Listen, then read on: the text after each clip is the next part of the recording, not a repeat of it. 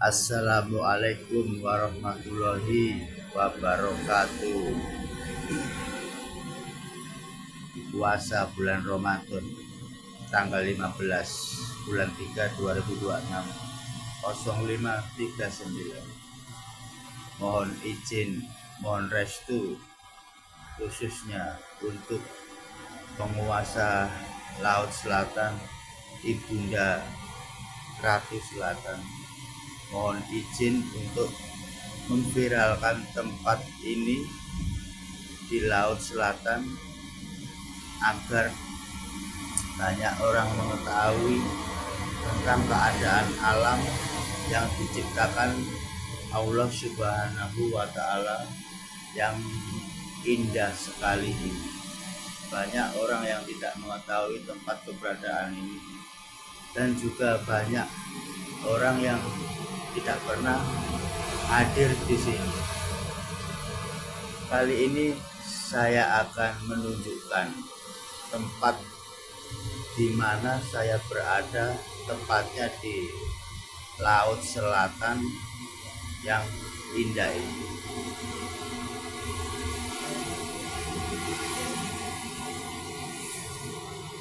Di sini di atas laut, di bukit, di batu,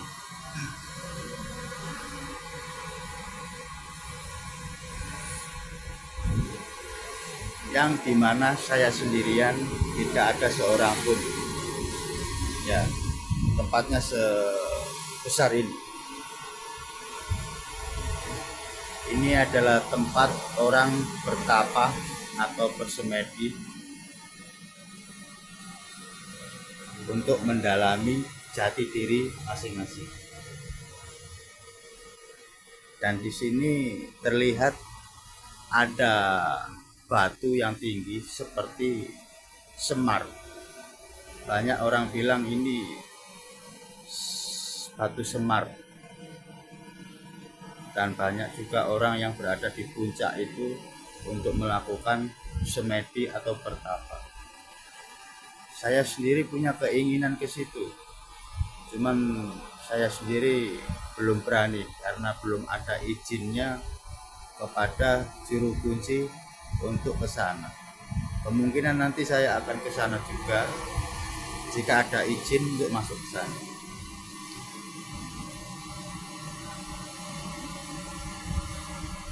Inilah keadaan Laut Selatan di atas, dan itu di bawah itu kelihatan ombaknya itu.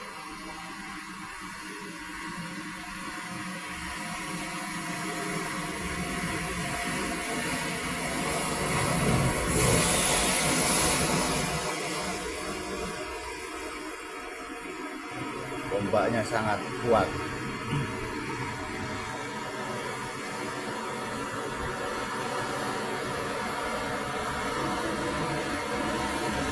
Nanti saya akan menceritakan dari awal sampai saya nyampe di sini. Jadi perjalanan saya ini adalah petunjuk dari Sang Maha Kuasa, yaitu Allah Subhanahu wa Ta'ala. Beliau telah menuntunku untuk mempertemukanku dengan Kanjeng Ratu Kidul atau yang disebut Nurul Fatimiyah. Beliau adalah dewinya para dewi yang ditunjuk untuk melindungi Laut Selatan. Jadi ada sebuah kerajaan di tengah laut. Dulunya itu dijaga oleh bangsa-bangsa jin. Kemudian Tuhan telah mengutus dewinya para dewi untuk menjaga kerajaan itu di Laut Selatan, yang sering disebut dengan Ibunda Ratu Selatan atau Nyi Roro Kidul.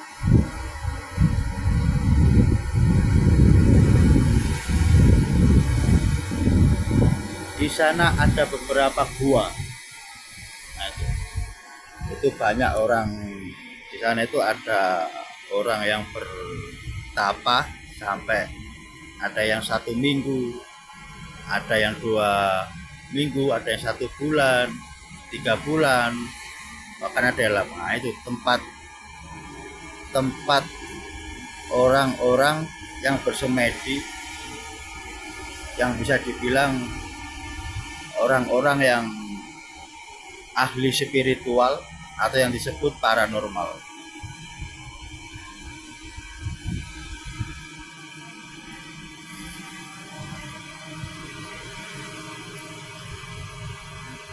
Di situ ada gua yang banyak orang bilang adalah pintu masuknya ke istana Kanjeng Ratu Kidul.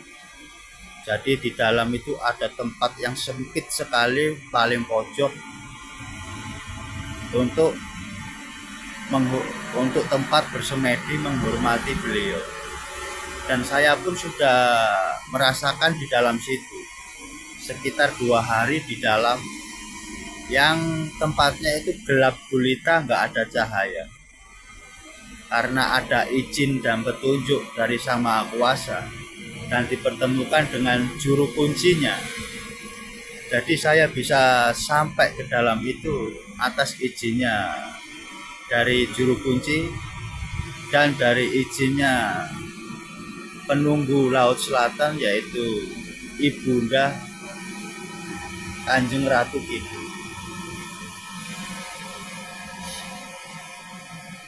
Nah, ini tempat bersemedi, dan di bawahnya sini juga ada gua. Ini guanya ini kecil. Ini banyak yang bilang dinamakan Gua Macan. Cukup untuk 2 orang. Dan di atasnya lagi itu ada gua lagi kecil. Dan saya sendiri pun melihat ada tempat pertapaan lagi di atas sana. Nah, ini adalah seperti ada seseorang kalau malam itu kelihatan ada orang duduk di situ, di dalam sini. Cuman menjangkau ke sana itu tak pikir itu sangat sulit. Lewat mana kalau mau ke sana? Jadi di sini banyak yang tidak diketahui, gua-gua yang tersembunyi. Dan yang saya ketahui di sini adalah gua yang namanya adalah Gua Langsih. Nah, ini Gua Langsih namanya. Pintu masuknya kerajaan istana Kanjeng Ibunda Ratu Kidul. Nanti saya akan menceritakan dari awal sampai saya ke sini itu karena tuntunan dari Sang Maha Kuasa Allah Subhanahu wa Ta'ala, kenapa saya dihadirkan dan dipertemukan langsung dengan Ibunda Kanjeng Ratu Selatan. Sebelumnya saya akan melihatkan bukit yang sangat tinggi sekali. Ini yang saya takutkan adalah jika ada batu jatuh dan mengenai orang, mungkin nggak akan selamat.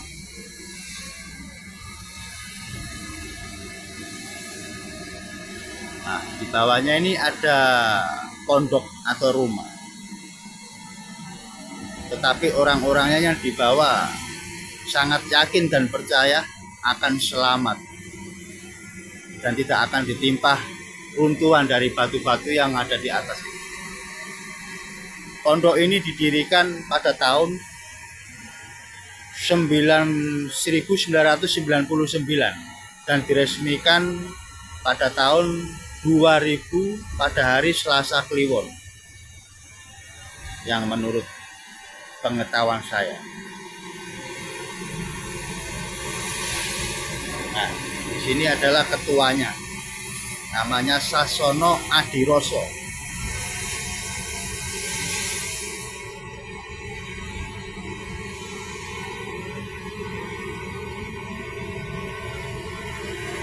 Dan di tepat di bawah saya ini, anak tangga dan tangga yang berhubung ke sana, ini adalah jembatan apa namanya kemarin ya, lupa sih. Jadi jika orang yang mau melewatin ini harus benar-benar yakin, dan kalau ragu jangan ragu-ragu, karena di bawahnya seperti ini. Ini di bawahnya jembatan ini, bangunannya tipis sekali ya.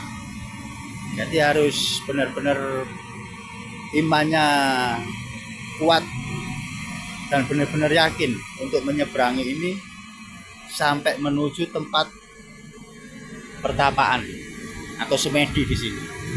Saya sudah 2 hari 2 malam berada di sini untuk menghormatin Ibunda Ratu Selatan.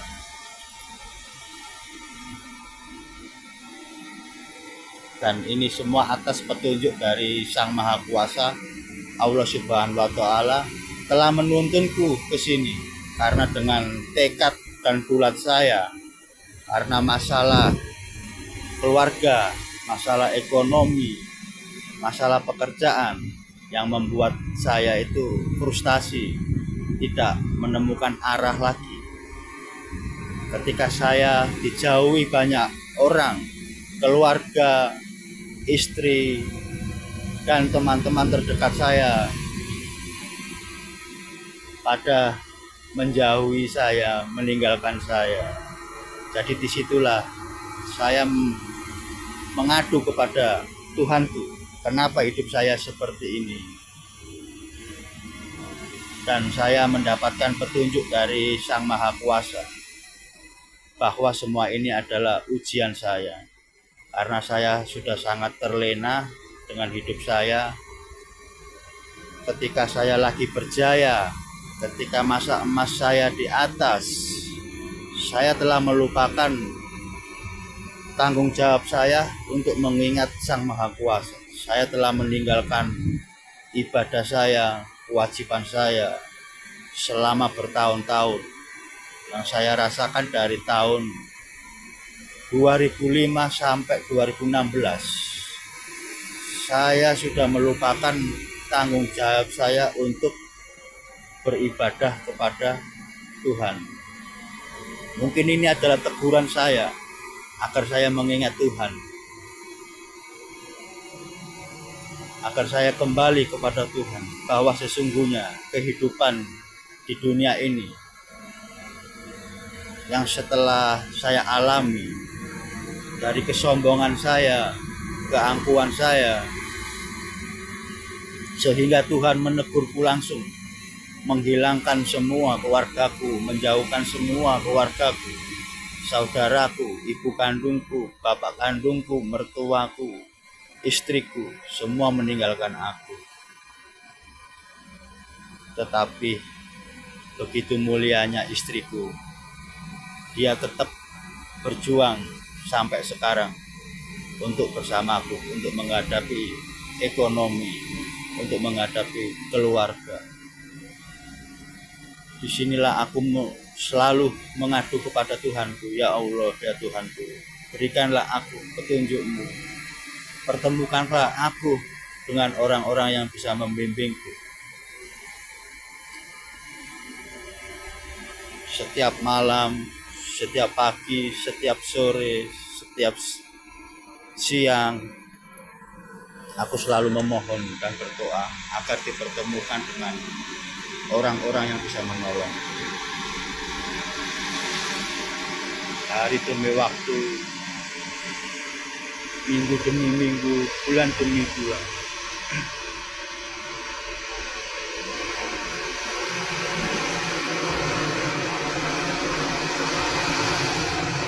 Aku mendapatkan arahan dan petunjuk dari Sang Maha Kuasa. Beliau memberiku petunjuk lewat mimpi-mimpi dari hari ke hari.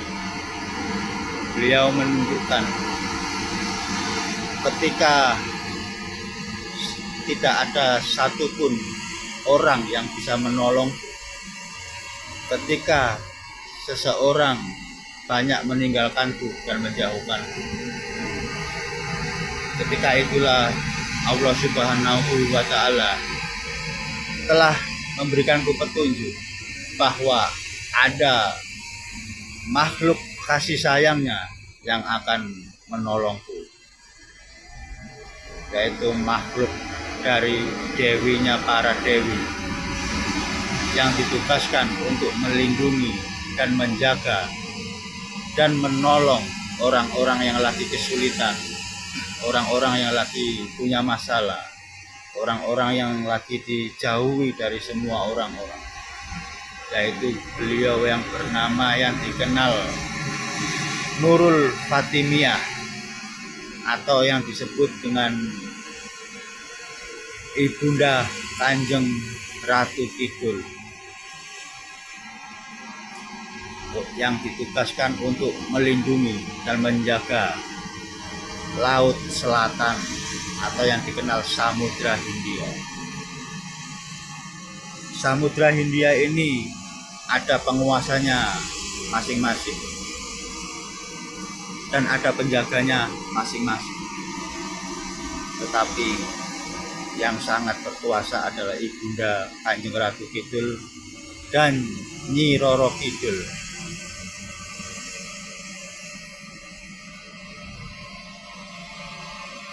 Inilah keadaan Laut Selatan. Dan di sampingnya ini adalah namanya Pantai Parangtritis.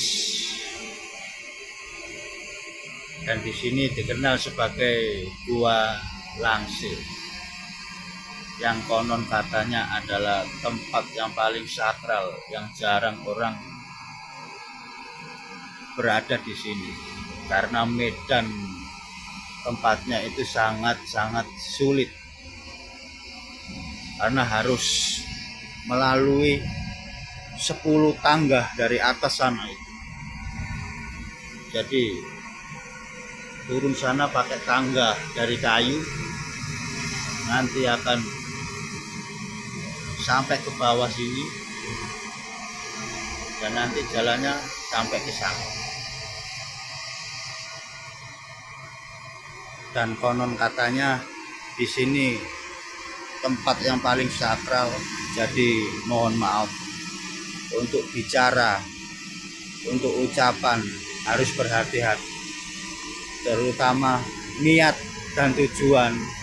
Jika niatnya buruk atau niatnya nggak bagus, itu akan mengalami masalah dan musibah. Karena pernah terjadi orang yang kesini tujuannya menyimpang, tujuannya sesat, tujuannya nggak baik. Dia jatuh dari atas sampai kakinya patah, sampai meninggal karena tidak direstui sama Ibunda Kanjeng Ratu dan penjaga-penjaganya.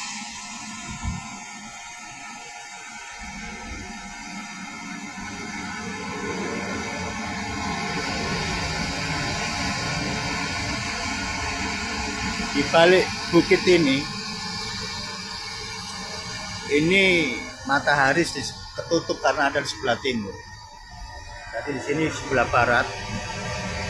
Nah, yang di sebelah sini yang mirip dengan batu Semar itu mengarah ke selatan. Jadi ini menghadap ke selatan, pas di kerajaannya Ibunda Kanjeng Ratu Kidul.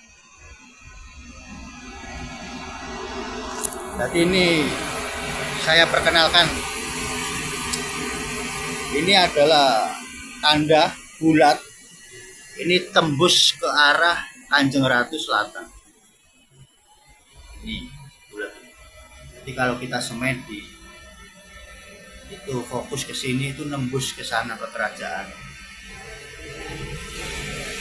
Jadi semalam saya menggunakan dupa dengan kembang untuk menghormati Kanjeng Ratu Kidul dengan pengawal-pengawalnya, penjaga di sekitar sini.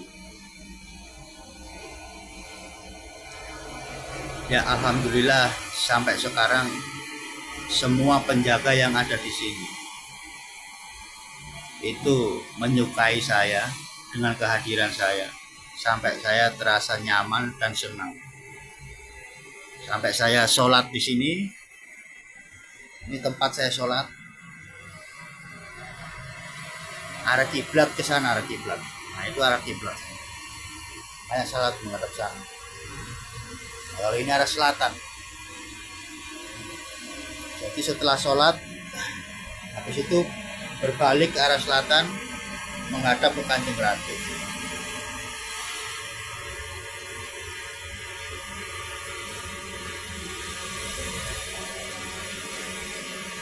Inilah suasana pagi hari di bulan Ramadan yang membuat saya hadir di sini itu karena kehendak Sang Maha Kuasa, Tuhan Yang Maha Esa. Alhamdulillah, Allah Subhanahu wa Ta'ala telah mempertemukan saya di tempat seperti ini agar saya secara langsung untuk bertemu dengan Kanjeng Ratu Laut Selatan.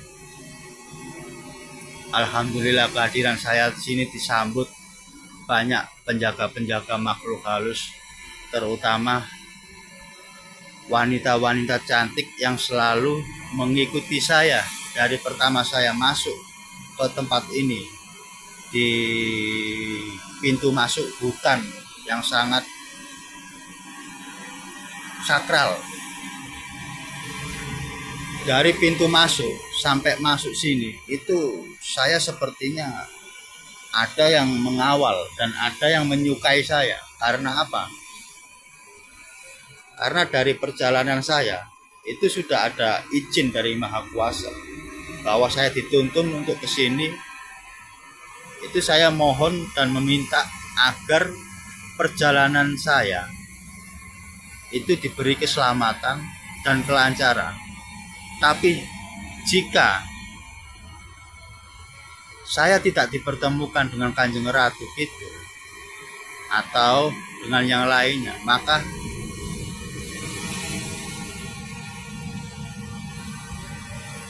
perjalanan saya tidak akan lancar, dan tolong berikan isyarat atau petunjuk agar saya tidak bisa menuju ke tempat ini.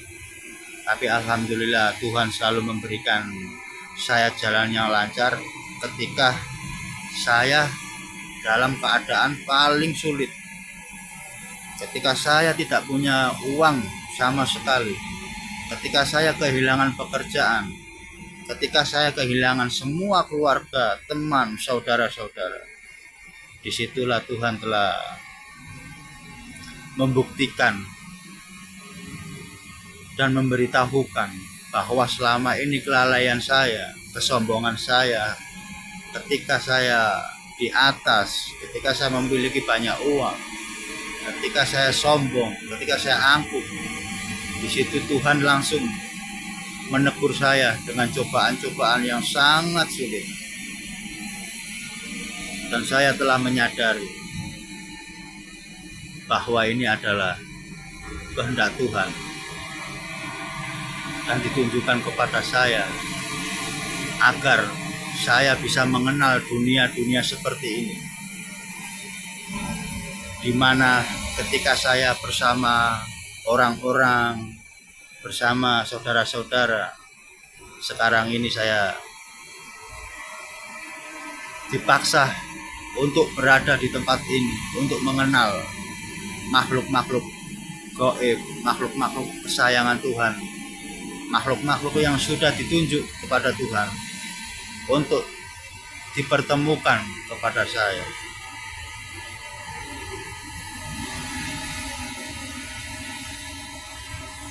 Inilah hidup yang tidak bisa ditebak, tapi bisa dirasakan. Semoga dengan semua ini saya akan bangkit lagi dan mengingat kejadian dan perbuatan-perbuatanku di masa lalu, dan akan berubah drastis mulai sekarang.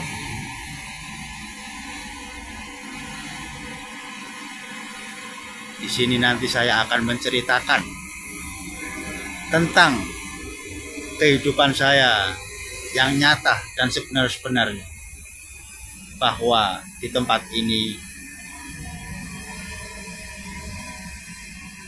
di keberadaan ini, saya merasakan yang konon katanya, yang katanya banyak orang bilang, banyak orang kesini untuk mencari kekayaan, banyak orang sini yang mencari ilmu-ilmu lainnya.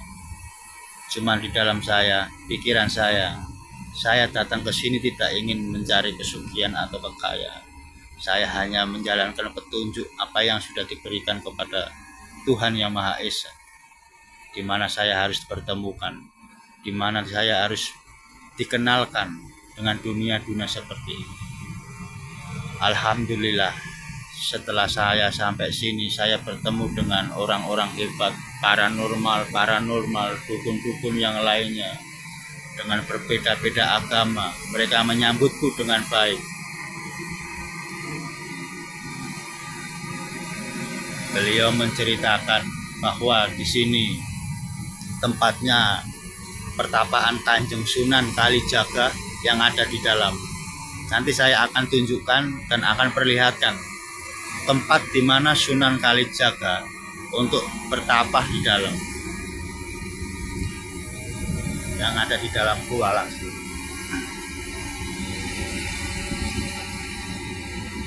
Dan nanti juga insya Allah, jika saya diizinkan, saya akan melihat langsung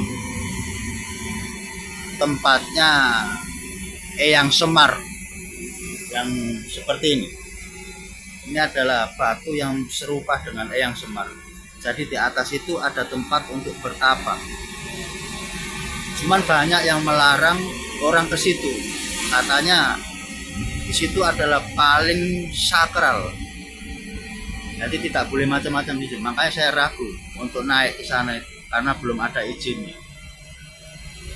Tapi saya sudah mendapatkan pertanda waktu saya berada di sini, sholat tahajud, sholat hajat, witir, dengan meminta restu dari Kanjeng Ratu Kidul dan penjaga-penjaganya yang ada di sini. Saya dapat petunjuk kalau ada suara yang sangat keras dan besar sekali, suara laki-laki. Ya kemungkinan itu bisa dibilang Eyang Semar yang sudah mengetahui keberadaan aku dan mungkin sudah mengizinkan aku untuk ke sana, karena niatku itu pengen sekali. Cuman ini yang belum saya lihat, batu ini, batu Semar ini yang belum saya lihat, karena saya tidak berani, karena belum ada izin. Kalau ada izin dari juru kunci, mungkin saya akan naik ke sana nanti untuk penghormatan.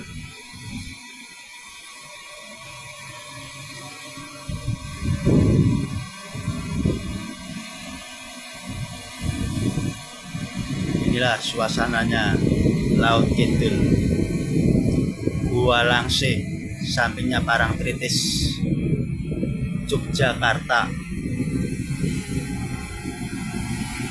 Laut yang indah, udaranya sejuk dan segar, airnya jernih, alami. Yang di dalam gua situ ada air itu jernih sekali, diminum itu nggak bisa lapar, kenyang aja. Jadi saya puasa itu kadang nggak sahur itu masih kenyang aja. Jadi airnya itu begitu apa ya dibilang ya, begitu ajaib lah ya, ya ajaib lah mungkin ya. Enak sekali, segar itu, nggak ada bandingannya dengan air-air kemasan, nggak ada bayar. Itu airnya bersih, bening, tetesan dari batu-batu itu di dalam itu yang dikasih wadah sama ember. Jadi kalau saya minum itu ngambil di situ langsung, alam, tanpa direbus, langsung saya minum.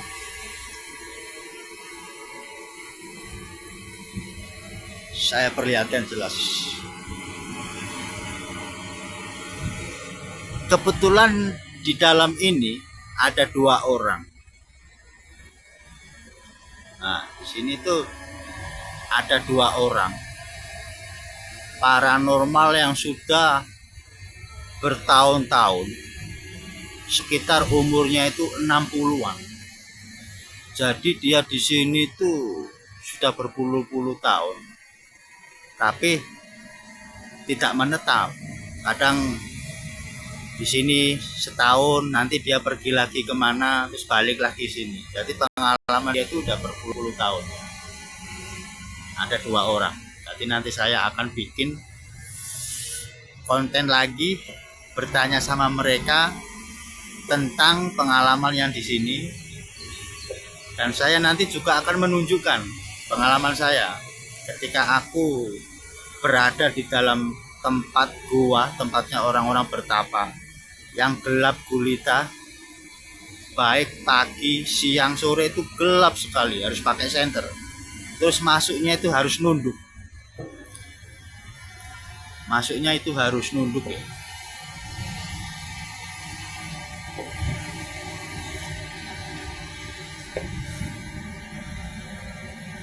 Jadi di dalam goa itu sangat-sangat, udaranya itu sangat-sangat segar.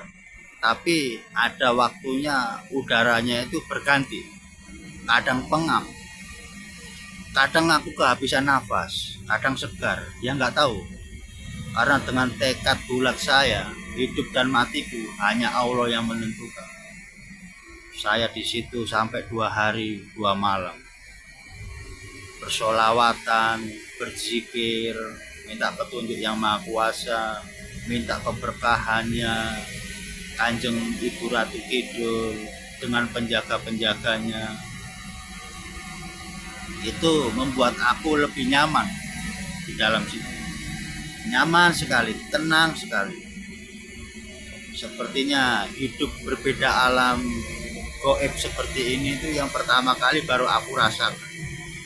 Dan keberanian itu muncul ketika aku lagi dalam kesulitan yang sangat-sangat di titik paling bawah. Itulah yang membuat aku menjadi berani. Dan aku akan menceritakan tentang keadaan perjalananku dari pertama sampai aku tiba di Gua Langsing. Itu dengan uang pas-pasan. Sangat pas-pasan, bahkan di bawahnya 2 juta. Saya menceritakan kedatangan saya kepada Juru Kunci bahwa saya itu kesini tujuannya menjalani petunjuk yang diberikan Tuhan Yang Maha Esa lewat mimpi-mimpi, karena masalah-masalahku, karena kesulitan-kesulitanku. Jadi saya mohon maaf sebelumnya jika saya tidak bisa memenuhi syarat, tidak bisa memberikan uang yang lebih. Jadi saya mohon dengan keikhlasan Bapak atas kehadiran saya. Dan alhamdulillah Juru Kunci itu sangat baik sekali. Namanya Pak Sakyanto. Sekitaran umur itu 70-an lebih. Udah sangat tua sekali. Awalnya saya takut kedatangan saya itu tidak ada yang menyambut. Karena apa? Tempatnya itu begitu sepi, karena di hutan, di tengah-tengah hutan tempat Juru Kuncinya. Itu saya berangkat naik kereta api yang bernama Semar Joglo, jurusan Lempuyangan, Yogyakarta. Ketika itulah saya bertujuan dan mendapatkan petunjuk dengan uang pas-pasan. Saya nekat, karena waktu itu saya tidak tahu harus kemana saya pulang. Keluargaku sudah meninggalkan aku semua. Jadi tujuanku sudah nggak ada arahan. Cuman aku nyaman di tempat inilah, aku yang nyaman. Kenapa aku bisa datang ke sini? Itu karena ada YouTuber yang pernah bikin konten tentang Gua Langsing ini. Katanya di sini adalah tempat yang sakral, yang tidak sembarangan orang berbicara. Dan jika ada orang yang berbicara sembarangan, yang tidak sopan atau niat buruk, itu akan celaka dan tidak bisa kembali naik. pasti ada celaka. Nah, disitulah yang membuat aku itu merasa tertarik. Tempat inilah yang cocok buatku. Dengan kekuatan keberanianku, hidup dan matiku yang membuat aku menjadi berani. Makanya aku datang ke sini. Ketika Tuhan menunjukkan dan menuntunku ke sini, semua perjalananku itu sangat lancar. Tiba-tiba teman-teman saya kabari aku ditransfer uang sekian. Terima kasih sekali buat teman-temanku, semoga dilimpahkan banyak rezeki, panjang umur. Dari perjalanan saya naik kereta, tiba di Yogyakarta itu berangkat dari jam 9.47 pagi. Tiba di Yogyakarta, di Lempuyangan itu sekitar 2:30 lebih.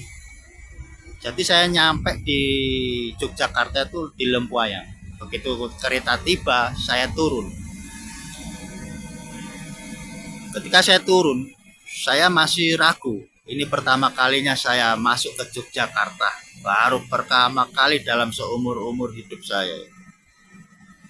40 tahun saya di Indonesia, udah mengelilingi dunia. Cuman Yogyakarta aku belum pernah datang, belum pernah merasakan di mana Yogyakarta. Ketika aku tiba di Yogyakarta, disitulah aku mencari tempat yang tujuannya ke sini, yaitu melalui mobil online dengan sangat murah. Sekiraan itu dari Yogyakarta itu ke Permai Parangtritis itu 125.000. Yang sebelumnya aku melihat mobil-mobil online itu sebesar 189 dan 150 lebih. Terakhir aku melihat mobil online yang murah. Nah, aku tertarik, langsung aku pesan. Saya nggak bisa menyebutkan mobil online-nya namanya apa. Takutnya saya akan menyinggung nama PT-nya atau perusahaan. Dan ketika direspon sama drivernya, "Mas ada di mana?" "Saya ada di stasiun Pak, Lempuyangan." "Ya sebentar tunggu ya 10 menit karena ini macet," katanya. "Oh mas salah, nggak di Lempuyangan." "Saya di Lempuyangan Pak, orang jurusan kereta saya itu ke Lempuyangan ya kalau nggak salah itu Jakarta gitu." "Bukan mas itu ada di stasiun Tugu." "Masa sih stasiun Tugu?" "Aku nggak tahu Pak, di depan tuh ada namanya Hotel Afra Hotel." "Oh ya benar itu stasiun Tugu." "Ya udah mas tunggu di situ." "Mas di mana?" gitu. "Wah saya ada di depan persis di lobi Pak, jadi tempat penjemputan." "Oh ya udah mas di situ aja, pokoknya jangan keluar ya, situ aja nanti saya jemput." "Oke lah mas." Akhirnya saya tunggu-tunggu, datang dia. Datang dengan senang hati dan senyum, diantarlah. Kiraan perjalanan itu 45 atau 1 jam itu dari Yogyakarta menuju ke Parangtritis. Tapi aku nyasarnya ke Permai, ke ke itu loh, Hotel Permai atau di apa, Losmen ya, di Losmen kalau nggak salah. Karena aku kan takut kemalaman, mau nginep langsung gitu kan. Karena kan hotelnya kan murah meriah. Nah, dalam perjalanan sama driver itu, dia berkata, "Mas dari mana? Tujuannya kemana?" Gitu. "Oh saya dari sini Pak, tujuannya saya mau ke sini." Gitu. "Mas mau ke Goa?" "Iya." "Wih hati-hati mas, di sana bukan tempat orang sembarangan, banyak orang yang nggak selamat katanya, kalau niatnya buruk." "Oh tidak Pak, kedatangan saya itu atas petunjuk dari Sang Maha Kuasa. Saya dituntun untuk ke sini. Saya sudah banyak tempat-tempat sakral yang saya ketahui, Jawa Timur, Jawa Tengah, Jawa Barat, bahkan di mana-mana saya sudah melihat di YouTube. Cuman nggak tahu kenapa begitu terakhir saya melihat tempat ini katanya sangat sakral, saya begitu nyaman gitu. Inilah tempatku." Nah setelah itu, "Oh ya sudah, kalau itu memang keinginan mas dan petunjuk dari atas, saya doakan semoga semua berjalan lancar mas." "Ya iya mas, terima kasih." Kalau bisa sih antar saya ke gua. Ke guanya mas. Waduh, maaf mas gitu. Itu sangat terjal mas. Kalau mobil saya nggak sanggup ke sana karena penggerak depan katanya. Karena penggerak depan katanya. Nggak kuat gitu. Mas harus ojek nanti. Waduh, ini waktunya udah mepet ini pak. Udah jam 4 lewat. Iya makanya itu. Maaf sekali mas ini. Karena sering sekali di sana mobil nggak kuat terbalik karena di bawahnya itu jurang. Waduh, iya ya gitu. Iya mas, saya kasih tahu aja. Mas kan baru pertama. Oh iya saya baru pertama kali nggak tahu. Ya sudah, nanti kalau ada apa-apa catat nomor saya, hubungin saya, nanti saya antar gitu. Kalau nggak tinggal di rumah saya, kebetulan saya orang Yogyakarta gitu.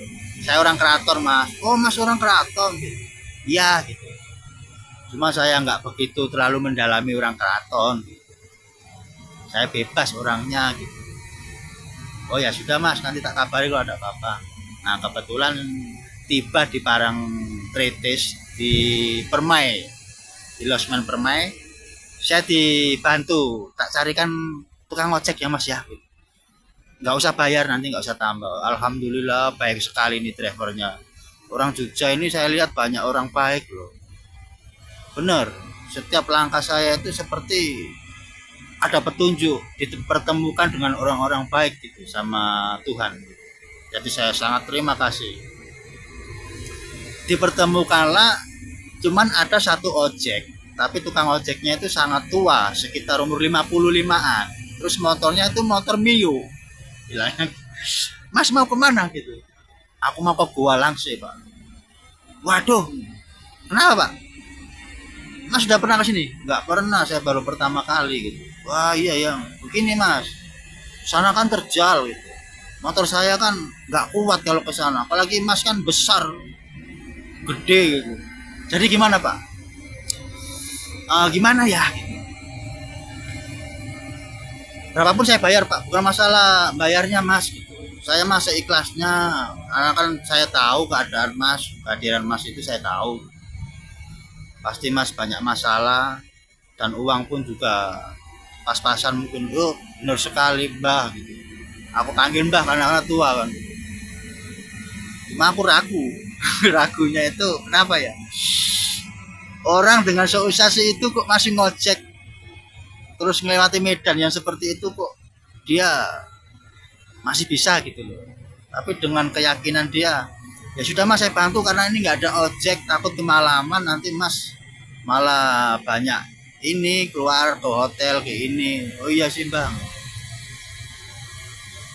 dan nanti saya akan temani mas sampai ketemu sama juru kuncinya katanya gitu. Oh ya sudah kalau gitu terima kasih banyak bang.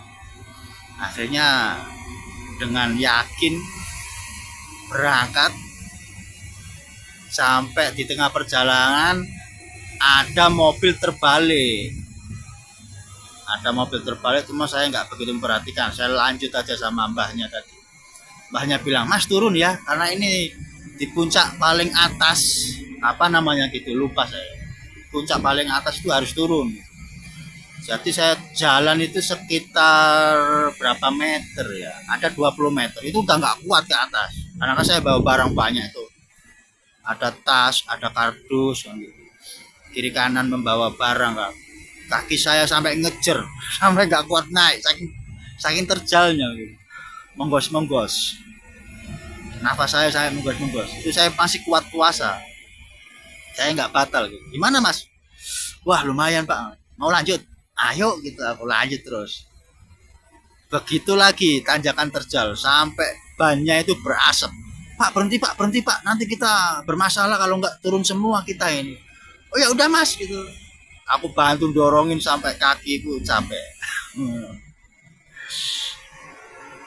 Akhirnya diantarnya jam 5 sampai jam 5 sore itu masuk hutan. Buset. Ini hutan nggak ada kampung, nggak ada apa. Ada beberapa orang lagi bangun tempat seperti kayaknya bangun apa ya, villa atau apa gitu. Tempat apa gitu, nggak tahu. Di tengah-tengah hutan. Ada beberapa orang bangun tempat. Nah begitu sampai di tempat juru kunci, nggak ada orang sama sekali, nggak ada motor. ada mobil 2 katanya dia lagi bertapa sudah 3 hari katanya belum balik-balik. Nanti saya di situ nungguin sama mbahnya itu sampai juru kunci datang sekitar setengah jam. Pas saya buka puasa hanya pakai air minum saja, nggak ada makanan karena nggak ada persiapan untuk beli. Tak pikir di tempatnya itu ada warung gitu, ternyata nggak ada. Jadi saya berbuka puasa dengan air putih itu saja. Nah, nggak lama kemudian muncullah kakek-kakek juru kuncinya yang punya tempatnya. Sendirian dia datang dengan jalan yang tunduk-tunduk karena sudah tua. Akhirnya tukang ojek itu pamitan pulang, mas saya pulang, berapa pak, seikhlasnya gitu. Waduh jangan seikhlasnya, saya nggak enak mbah. Juru kunci biasanya sih 50 mas, ada yang bilang 170, tapi seikhlasnya semampunya mas berapa gitu, tak kasih 50 terus. Ya udah 50 ya mbah. Oh iya terima kasih mas, alhamdulillah mas, nanti kalau ada apa-apa kabarin aja mas. Oh iya mbak makasih, hati-hati mbak gitu. Dalam hati saya mudah-mudahan banyak nggak bocor, kalau bocor ampun dah. Akhirnya nggak tahu deh ketepatnya gitu. Kalau udah malam, udah gelap kan, hutan tahu sendiri hutan. Nah begitu karena malam, juru kunci itu nawarin tujuannya masnya sini apa, apakah langsung ke bawah, langsung ke goa, saya antarkan langsung gitu. Oh begini pak, mohon maaf sebelumnya gitu. Jadi saya mau izin dulu gitu, dan menceritakan tentang saya gitu. Saya datang ke sini banyak masalah, kesulitan ekonomi, pokoknya sulit sekali lah mbah dalam kehidupan saya. Saya banyak masalah, keluarga pada ninggalin saya, baik saudara atau ibu kandung atau bapak kandung atau teman-teman yang lain. Sepertinya saya itu ditegur langsung sama Yang Maha Kuasa gitu, agar saya itu kapok karena saya melalaikan tanggung jawab saya di masa saya banyak uang, berbuat maksiat, menghambur-hamburkan uang ya. Mungkin ini teguran untuk mengingatkan saya gitu. Tadi saya merasakan, jadi saya memiliki uang sekian pak, sisa tinggal 1 juta di ke bawah. Jadi bagaimana pak? Oh nggak apa-apa mas, nanti seikhlasnya aja mas, kalau bisa tinggal di sini, nanti makan saya kasih cuman seadanya ya gitu. Oh ya udah mbak kalau gitu seadanya gitu. Jadi saya di situ makan nasi sama sambal sama daun yang dipetik langsung dari sampingnya, itu aja makanya alhamdulillah kenyang gitu. Ya karena apa, nggak ada warung, nggak ada apa di situ. Ada warung cuma udah tutup karena kan bulan Ramadan. Nanti mbak itu 24 jam di situ. Jadi menunggu di situ 24 jam karena udah ditugaskan untuk menjaga gua ini. Jadi ini saya ceritakan semua perjalanan. Jadi misalkan ada seseorang yang mau ke sini telah diberikan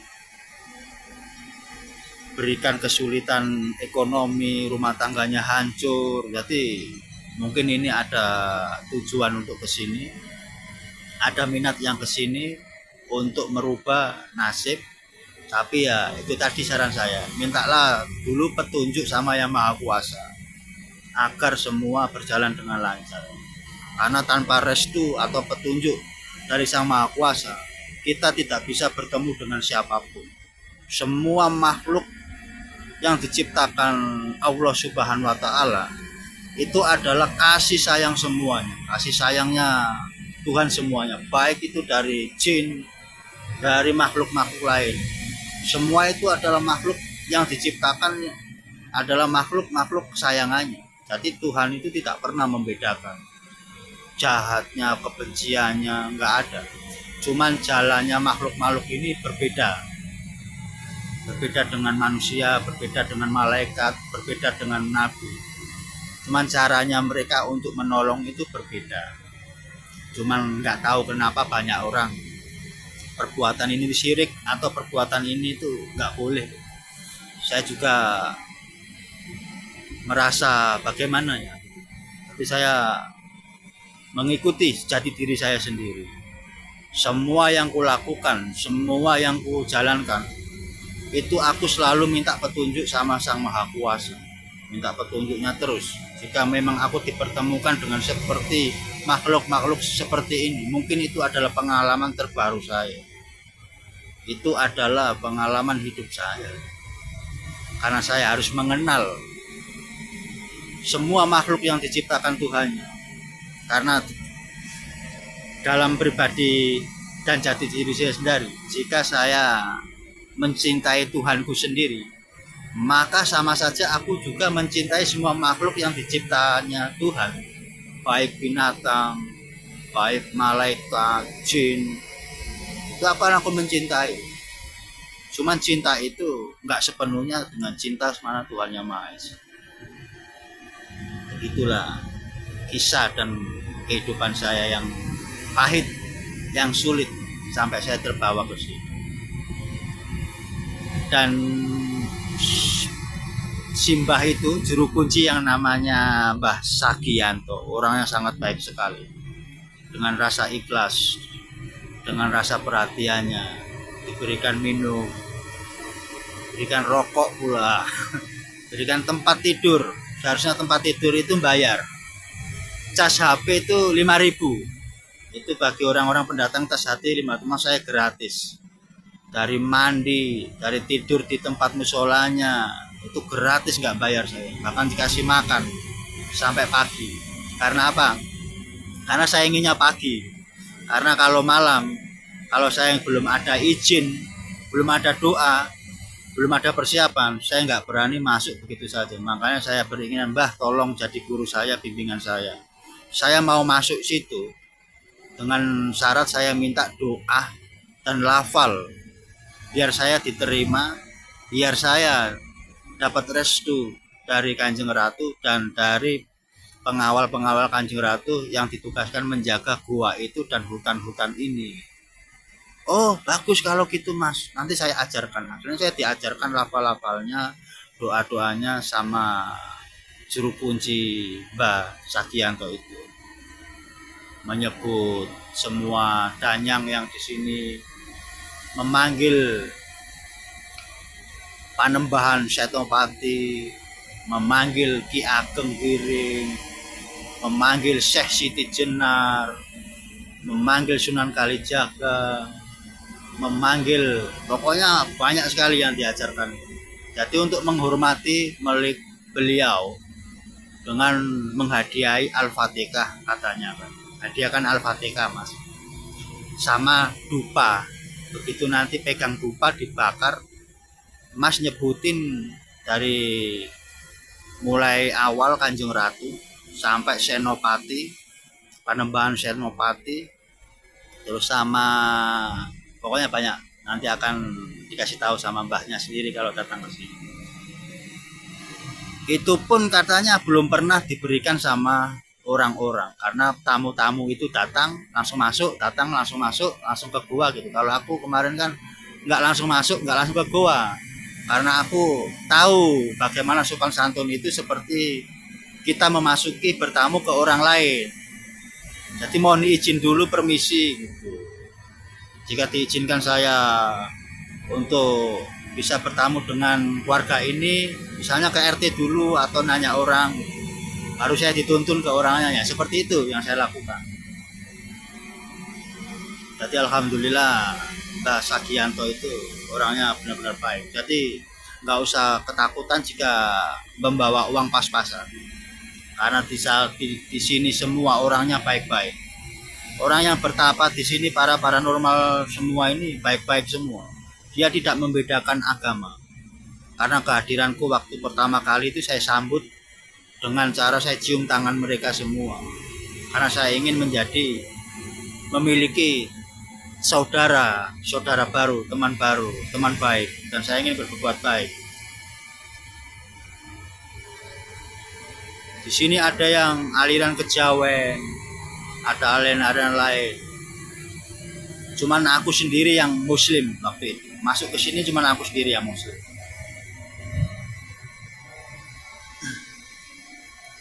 Jadi inilah kisah perjalanan saya atas petunjuk Sang Maha Kuasa. dipertemukanlah aku dengan tempat seperti ini untuk menghadap ke Ibunda Ratu Selatan atau Nyi Roro Kidul, atau dengan 5 ratu yang itu gabungan dari Kanjeng Ibu Ratu, dia menjadi 7. Jadi semua itu satu. Cuman beliau itu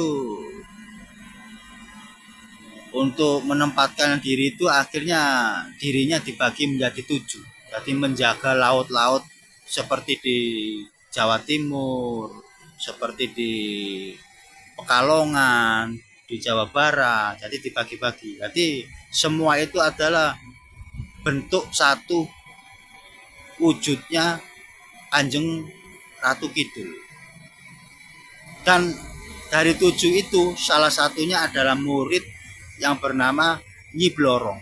Jadi Nyi Blorong itu ceritanya itu dia dulu pernah berbuat jahat kepada manusia-manusia yang serakah, yang pengen kaya instan. Jadi beliau itu berhadapan dengan Kanjeng Ratu. Karena Kanjeng Ratu kan ditugaskan untuk menjaga laut selatan dan menolong orang-orang yang lagi sangat kesulitan. Jadi Tuhan itu memberikan tugas untuk menjaga dan melindungi dan menolong orang-orang yang lagi kesulitan dengan tidak memberikan imbalan. Jadi Kanjeng Ratu itu tidak pernah menerima imbalan atau meminta tumbal. Itu sifatnya Kanjeng Ratu itu adalah sifat yang paling murah. Karena apa? Karena Kanjeng Ratu Kidul itu adalah utusan dari Tuhan langsung untuk melindungi, menjaga dan menolong, yang dikenal sebagai Nurul Fatimiyah, yang konon katanya muridnya Nabi Khidir. Dan orang-orang menyebutnya itu penguasa Ratu Selatan, penguasa Ratu Kidul. Jadi itulah yang saya ketahui. Mungkin jika aku tidak banyak tahu, ya mohon bisa diluruskan mana yang benar dan mana yang salah. Saya di sini, di tempat ini itu mengucapkan dan berkata tidak mengada-ada yang sebenarnya, karena ini adalah tempat yang paling sakral, tempat yang harusnya tidak aku di sini. Kenapa aku bisa di sini? Yaitu tadi karena teguran dari Tuhan. Aku dilanda kesulitan ekonomi, banyak masalah keluarga, ditinggalkan saudara, keluarga, ibu kandung, bapak kandung, istri. Cuman istriku aja alhamdulillah, dia begitu baik sama aku. Bahkan dia sudah bersumpah padaku tidak akan pernah menikah walaupun ditakdirkan untuk berpisah. Aku pun juga gitu, sudah bersumpah dan berjanji. Dari pertama aku menikah, aku bersumpah di lautan, di daratan, di semua di mana aku pijak. Aku tidak akan meninggalkan istriku. Aku akan selalu bersama dia. Bahkan kalau ditakdirkan aku berpisah, aku bahkan sudah berjanji dan bersumpah aku tidak akan menikah lagi. Aku akan menjadi duda seumur hidupku sampai akhir hayat. Itulah janjiku sama istri. Suatu saat jika aku berjaya, aku akan membahagiakan dia.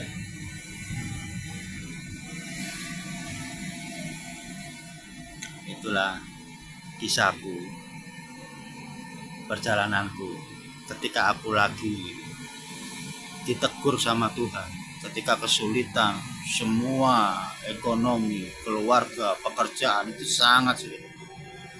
Sudah 7 tahun ini aku mengalami itu perubahan yang sangat drastis yang tidak masuk akal. Karena apa? Semua pekerjaan ijazahku ijazah tinggi, skillku skill sudah aku kuasai, tapi kenapa kok ada aja masalah? Mungkin itu adalah teguran dari Tuhan bahwa aku diingatkan batas pencapaianku selama ini udah habis, jadi waktunya aku diberikan hidup baru lagi.